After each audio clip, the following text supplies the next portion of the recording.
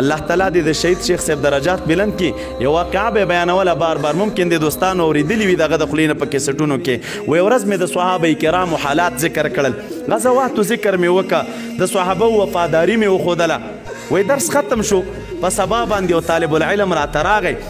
وی طالب العلم ویل شیخ صاحب چې کله تا دا درس بیانو د صحابه وفاداري دي ذکر کوله، وی ما ځان سره په زړه کې دا خبره کوله چې دا صحابه کرام به دومره وفادار د نبي علیه السلام ولې نه وه چې د محبوب رخسار یې مخامخ په خپلو سترګو باندې لیده.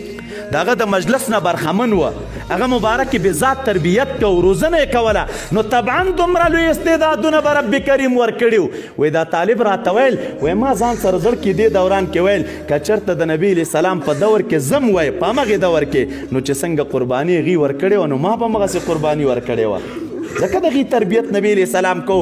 وی د طالب العلم راته ویل چې دا خبرې مې په زړه کې تېرې شولې. وی شپې لاړم وده شوم، چې کله وده شوم خوب وینم. وی خوب کې ګورم ډېره یوه لویه لوړه چړایي وي. وی په دې چړایي کې یو موټر روان وي، دې موټر مخکې سیټ کې محمد عربي صلی الله علیه وسلم ناست وي، شاته ورسره صحابه کرام ناست وي، او دا شاته ډاله کې زم ورسره ناست یم. وی دا موټر په دې چړایي کې روان وي، کله چې هغه لوړ سر د چړایي ته وخیږي، یو ناڅاپه څوک غږ وکړي چې لاندې ټیر ته تیږه واچوئ او ګاډی خراب شي، بریک وشکېده.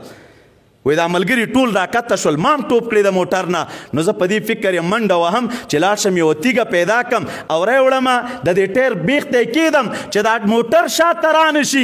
وی زه د تیږې پسې ګرځېدم، یو ځای بل ځای روان وم، تیږه مې پیدا کړه یا نه. خو چې کله بیرته راغلم د موټر څنګ ته، وی د محبوب چې کم خپل صحابه و خپل ملګري وه، وی ومې کتل چې د تیږو په ځای دوی د ټیرونو بیخته پراته وه.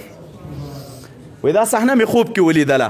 وی چې سحر را پاسېدم ما ویل چې ربه هر څه کې د حکمت دی. هغه خلک چې د محبوب ملګري وو هغې کې همغسې استعدادونه وه، الله تعالی هغې غوره کړي وو د نبي علیه السلام ملګرتیا دپاره. نو ځکه